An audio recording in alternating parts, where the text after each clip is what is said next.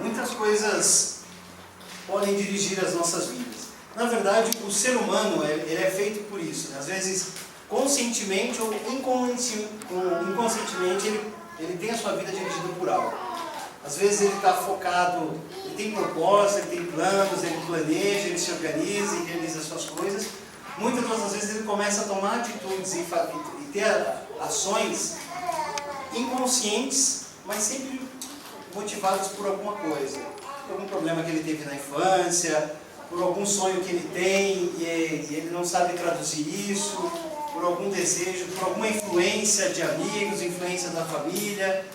E o ser humano sempre ele sempre procura e ele trabalha com isso, né? A vida dele é dirigida por isso.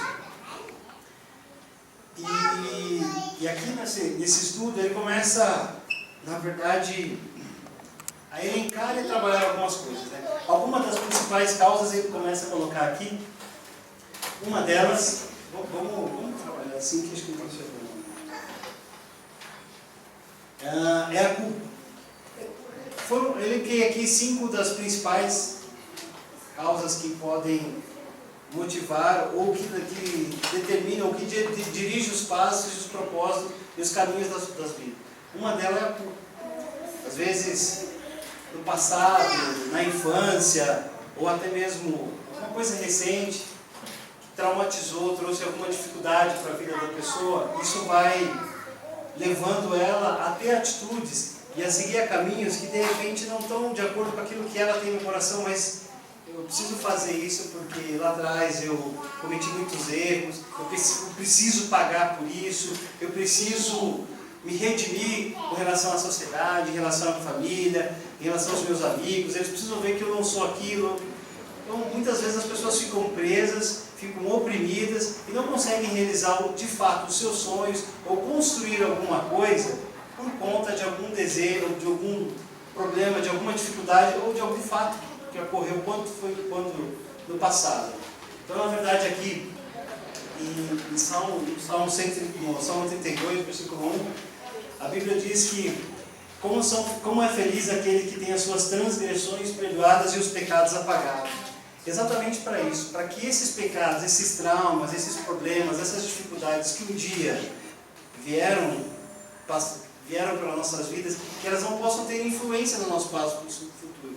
Jesus veio, né, morreu lá na cruz, derramou seu sangue, pagou pelos nossos pecados, nos redimiu, nos trouxe para a vida, exatamente para que a gente não tenha que mais nos preocupar com aquilo. Obviamente que aquilo tem que servir de lição, de entendimento dos próximos passos, mas não que aquilo ali possa prender ou de alguma forma influenciar. Nossa oração, nosso coração tem que estar dirigido para Deus nesse sentido. Um outro fator que pode influenciar e dirigir a nossa vida é o medo. O medo por fazer novidade, por desafiar. Então, na verdade, a gente sempre procura seguir por caminhos às vezes muito mais simples, simplórios, sem dificuldade, sem influência ou sem grande repercussão, mas a gente não coloca os nossos corações, os nossos desejos, os planos que Deus tem para as nossas vidas em prática, não procura realizá-lo em função ou pelo medo. O medo de enfrentar eventuais dificuldades, lutas, né, que isso possa trazer e que a gente fica receoso em seguir e encaminhar. Então, 1 João 4,18, a Bíblia diz que no amor não há medo, ao contrário, o perfeito amor expulsa o medo, porque o medo supõe castigo. Aquele que tem medo, essa é a dificuldade. Aquele que tem medo não está aperfeiçoado no amor.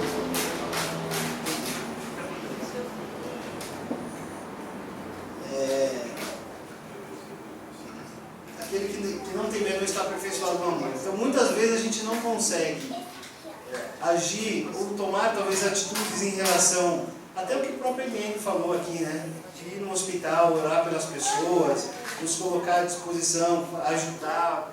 Mas será que eu vou ser bem aceito lá? Será que as pessoas vão me receber? Será que a palavra que eu vou trazer trazer, de fato vai trazer algum benefício para a pessoa? Será que eu vou saber expressar aquilo que de fato eu tenho? Esse amor, ou esse desejo de querer ajudar as pessoas, será que eu vou fazer? Muitas das vezes o medo nos cria um bloqueio, nos impede de fato fazer aquilo que Deus quer para as nossas vidas.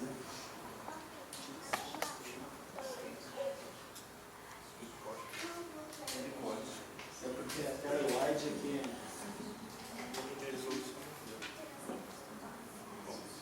Deixa assim, deixa assim. Legal. Um outro fator que pode influenciar nossas vidas, ou que pode dirigir as nossas vidas, é o rancor e a raiva. Isso aqui às vezes até é um pouco pesado, né? Porque às vezes o que alguém fez pra gente, uma mágoa que nós tivemos, alguma desavença do passado, isso de fato às vezes foi tão forte que às vezes a nossa vida acaba sendo moldada ou no sentido de talvez querer sempre prejudicar aquelas pessoas ou seguir por um caminho de não construtivo, né? Então a gente não pode deixar que o rancor, a raiva, a mágoa ou alguma dificuldade, intriga que a gente teve no passado, isso possa vir influenciar as nossas vidas, né? Isso não possa vir ter influência ou ser uma barreira nos planos que Deus colocou para as nossas vidas. Que nós possamos seguir nesse caminho, que nós possamos seguir no caminho de busca ou de direção diante do Senhor, para que Ele possa, que a gente possa de fato abençoar ou usar as nossas mãos de forma a trazer bênção e prosperidade para a vida das pessoas, mas que a gente não possa pensar em destruir ou em pensar em voltar em prejudicar alguém. Bom, materialismo. O materialismo é uma outra coisa também que dirige a vida, que eu diria aí, de grande parte das pessoas.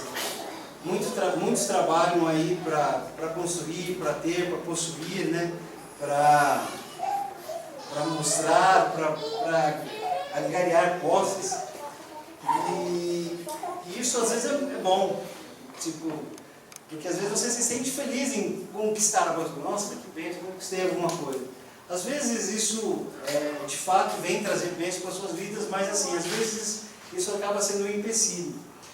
E assim, uma coisa que é interessante é que muito do materialismo ele está ligado exatamente na busca da felicidade, né?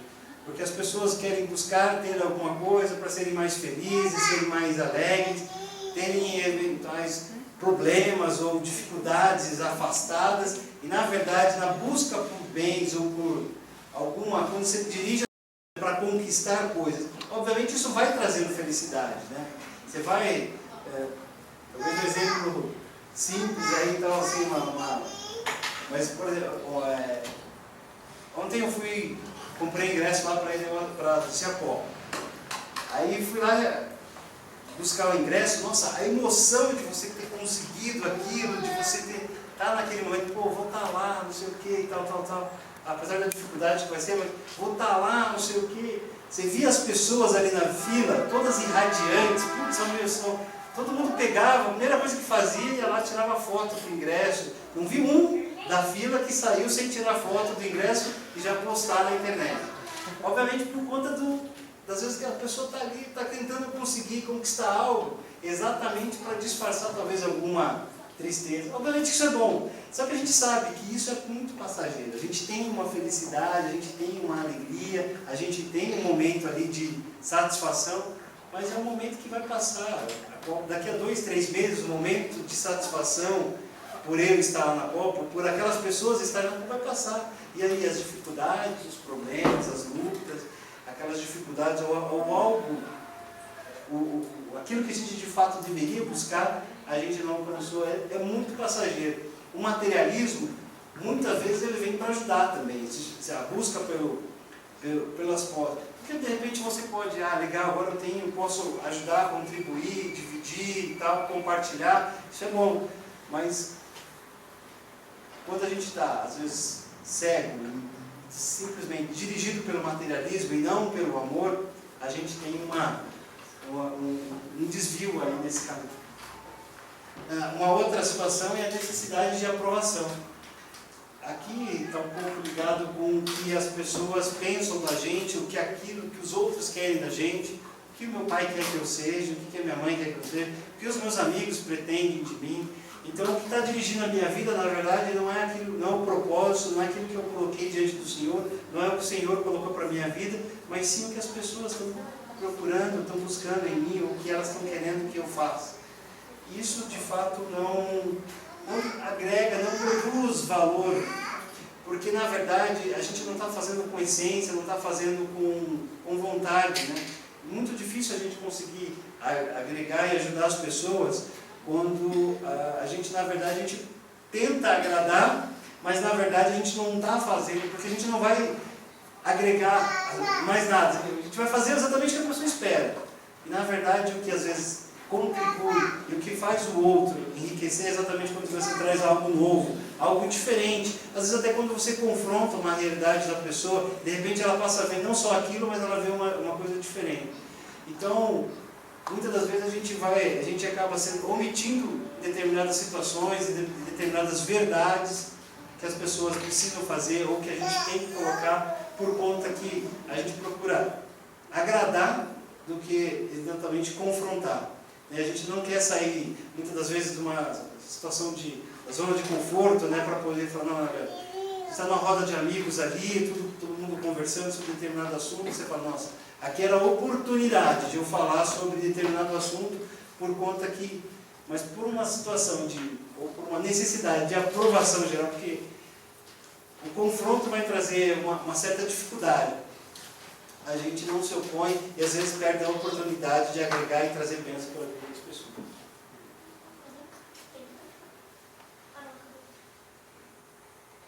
Bom, na verdade aqui a Thomas Carlyle, ele diz, aqui na verdade está cortado aqui, mas assim, o homem sem propósito é como um barco sem leme, um nada, um ninguém. Então na verdade é que o que a gente tem nas nossas vidas, até por um instinto natural, ela tem de seguir um propósito, consciente ou inconscientemente. Então, na verdade, assim, o que ele quis dizer aqui, se um homem não tem o que buscar ou um caminho a seguir, ele está perdido, ele está desorientado, ele anda em círculos, ele não segue em frente. Então, na sequência aqui eu vou falar de algumas coisas falar sobre as vantagens de se ter uma vida dirigida por propósito. Esses propósitos, eles na verdade eles têm que ser bem, eles têm que ser bem direcionados para que a gente possa, de fato, ser usado por Deus naquilo que Ele tem colocado nos nossos corações e que a gente de fato possa contribuir e agregar na vida das pessoas, né? Então eu vou colocar algumas coisas aqui importantes, algumas vantagens que é de se conhecer os nossos propósitos, de se traçar planos para as nossas vidas, de buscar a direção de Deus para aquilo que a gente faz, buscar orientação e conectar exatamente com Deus para que a gente possa realizar a vontade dele para as nossas vidas. E aqui conhecer e entender os nossos propósitos, ele faz a nossa vida ter sentido. Ele faz as nossas vidas ter sentido. Jeremias 29, 11. Aqui diz o Senhor, né? Porque eu que conheço os planos que tenho para vocês, diz o Senhor. Planos de fazê-los prosperar e não planos de causar danos. Planos de dar a vocês esperança e futuro. Amém. Então, Deus conhece, Deus tem um plano para cada um de nós aqui nessa noite. Ele tem a agregar tanto para as nossas vidas, como Ele tem a agregar a vida do próximo através das nossas vidas. Então, o importante que a gente tem que colocar diante do Senhor é deixar nossos corações abertos, nossos joelhos no chão, né, e clamar ao Senhor para que nós possamos buscar sempre dele aquilo que Ele tem para as nossas vidas. E aí, dentro desses planos, a gente tem que saber,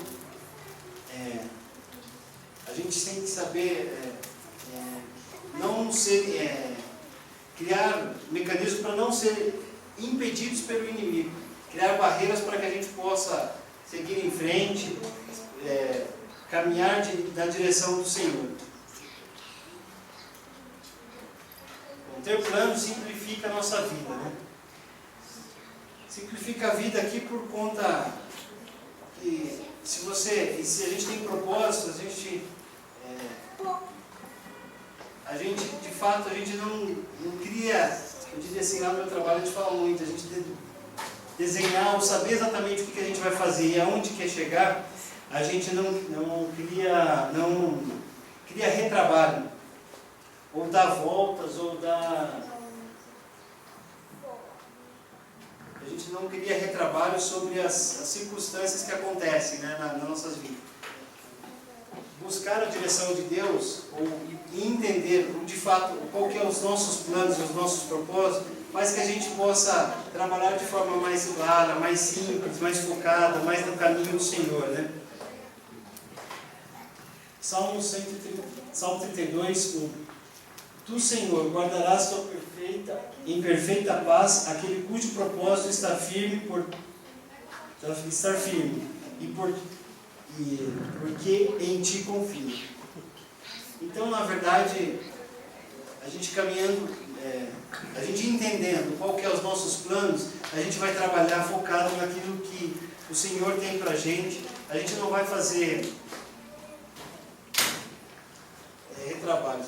Um exemplo aí que dá para se colocar, lá no banco, eles fizeram um trabalho, obviamente que tudo é planejado, tudo feito, mas teve uma obra de portaria lá, que fizeram uma portaria bonita, grande, toda cheia de... Só que de fato, assim, era um portão, antigamente era uma passagem pequena que pouca gente utilizava, mas a partir do momento que eles fizeram uma portaria grande, com controle de catraca e tudo mais e tal, não dimensionaram o tamanho do fluxo corretamente, que as pessoas queriam transitar por ali, e fizeram, até inauguraram lá, foi feito um negócio bacana, porém, depois que inauguraram, tiveram que arrancar as catracas, liberar o caminho novamente, deixar quase que a estrutura que era anterior, por conta que as catracas que foram colocadas, só 2 catracas, e muita gente passou a utilizar aquela portaria, porque ficou uma portaria bonita e facilitou o acesso, principalmente para quem vai de transporte público para o banco. E hoje, na verdade, eles estão desmanchando tudo aquilo que fizeram para construir algo que de fato agora venha comportar o fluxo, porque qual que foi aí eles não entenderam ou não visualizaram no planejamento aquilo que de fato eles queriam buscar, o que eles iam atingir. Então, o importante aqui, até para que a gente não trabalhe redobrado, a gente não tenha que desfazer algo que a gente fez, não pensando, não entendendo qual que eram os nossos planos, que a gente possa buscar e entender aquilo que a gente tem, aquilo que Deus quer para as nossas vidas, para que a gente possa caminhar num sentido único e eventualmente que a gente diminua esses retrabalhos que a gente possa vir a ter. E direciona a vida. Então, direciona a sua vida. E de fato, que quando a gente conhece, a gente sabe aquilo que Deus tem, aquilo que a gente quer, aquilo que Deus quer para as nossas vidas, a gente de fato trabalha mais focado e a gente sabe exatamente aonde que vai chegar, e a gente busca, e a gente gasta menos energia e foca as nossas energias exatamente naquilo que precisa, exatamente procurando atingir, buscar e entender aquilo que Deus quer para a vida, para nossas vidas, no sentido de atingir e abençoar a vida do próximo. Portanto, não sejam insensatos, mas procurem compreender qual é a vontade do Senhor, para que a gente possa caminhar na direção certa. Ele estimula a vida. Conhecer os planos faz que a gente trabalhe. É bom quando a gente tem alguma coisa para se conquistar. não no sentido, por exemplo, quando, na verdade, a Júlia estava para vir, né, era gostoso todo aquele período, ainda está sendo, né, agora os planos mudaram um pouco, agora é educá-la, né, eu falei para a Jaque, meu sonho é entrar com a Júlia, caminhar no altar, né, para entregar para a professora. Ali eu falo assim, bom, a minha responsabilidade, de fato né, a minha responsabilidade como pai concluir. Então, meu sonho é esse. E é gostoso a gente ter planos, né? Estimula, a gente trabalha. A gente tinha uma série, quando a gente. Às vezes eu paro para pensar, falo, nossa, como é que a gente dá? O que eu fazia com todo dia? Porque assim, agora tem tanta coisa, a gente chega no nosso final de semana, com o pai, corre atrás.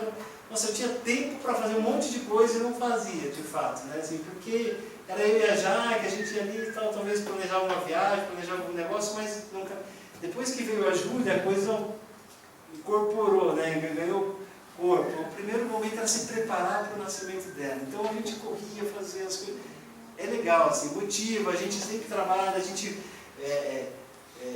se fala direto, olha, está aqui, mostra planos, ó, vou fazer isso, com o dinheiro que está entrando vai sair aqui, esse daqui, para fazer isso o dinheiro vai vir daqui, e outra coisa, não, isso aqui a sua mãe vai fazer, isso aqui a minha mãe que vai fazer, a gente vai dar conta de fazer tudo, e a gente vai trabalhando, se organiza, e é muito gostoso. O aniversário da Júlia também foi a mesma coisa, a gente se envolve com amigos, né, assim, entre as pessoas, e um monte de coisa que vai acontecendo, ter planos, conhecer os propósitos, aonde que a gente quer chegar, o que Deus tem para a vida da gente, o que a gente vai poder agregar dos outros, isso é gostoso, porque a gente estimula, a gente tem quando a gente começa a trabalhar, a gente sai do comodismo, a gente levanta do sofá, desliga a televisão e sai correndo atrás dessas coisas, é gostoso. E o último nos prepara para a vida eterna.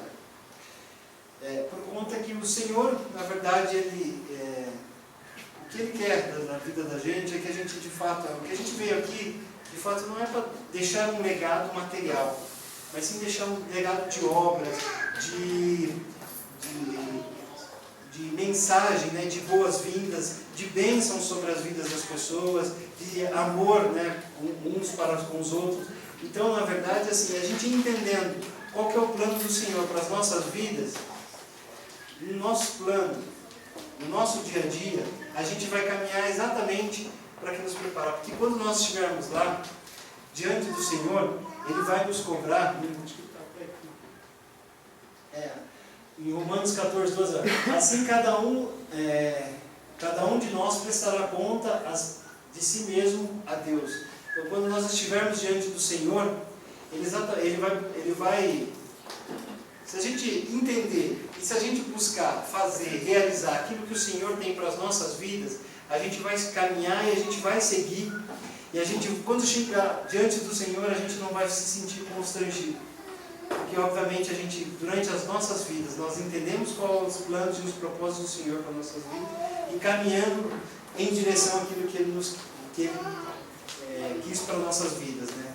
E a gente hoje aqui pôde compartilhar muito, que a Helene me falou, me tocou bastante, né? Que é poder demonstrar o nosso amor para o próximo, fazer uma visita, tanto em hospital, como na casa de amigos, ou de parentes, né? Às vezes até eu passo 2, 3 semanas, às vezes até sem falar com a minha mãe, engraçado, ela agora está morando mais perto ainda, mora a menos de 2 quilômetros da minha casa, às vezes eu não vou lá. E ela, até pela idade, 61 anos e tal, então, é uma pessoa um pouco mais debilitada, cansada, então nem pelos familiares às vezes a gente tem tempo, né? Então, assim, é entender, Flora, esquece o que você está correndo atrás, aquilo outro que você está buscando, não é isso, não é isso. O propósito de Deus para mim, Deus, né, falando comigo, meu propósito para a sua vida, na verdade é que você possa amar ao próximo, ajudar aqueles que precisam, compartilhar das dificuldades, das dores do próximo, né? Fazer que eles possam ser alegres, né? Compartilhar da sua alegria com os demais, então que a gente possa, de fato, entender os propósitos de Deus para nossas vidas.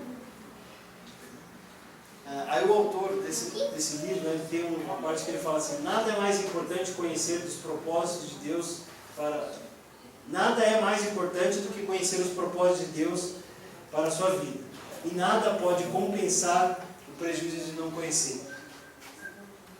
Porque se quando nós chegarmos diante do Senhor, a gente, né, na hora do juízo final, e tudo que a gente realizou não foi exatamente o que Ele nos planejou, obviamente Ele vai nos perguntar: olha, e aí, o que você fez da sua vida?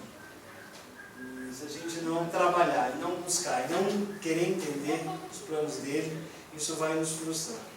Então, que o meu desejo e a minha oração nessa noite é para que de fato a gente possa buscar ao Senhor, no sentido de que a gente possa entender aquilo que Ele tem para os nossos corações, qual que é a vontade dele para as nossas vidas, e que a gente possa buscar aprender a ser persistente nesses planos e que a gente possa também saber a planejar e a executar esses planos de forma que tanto a nossa vida seja abençoada, como a vida do próximo também possa ser abençoada. Amém?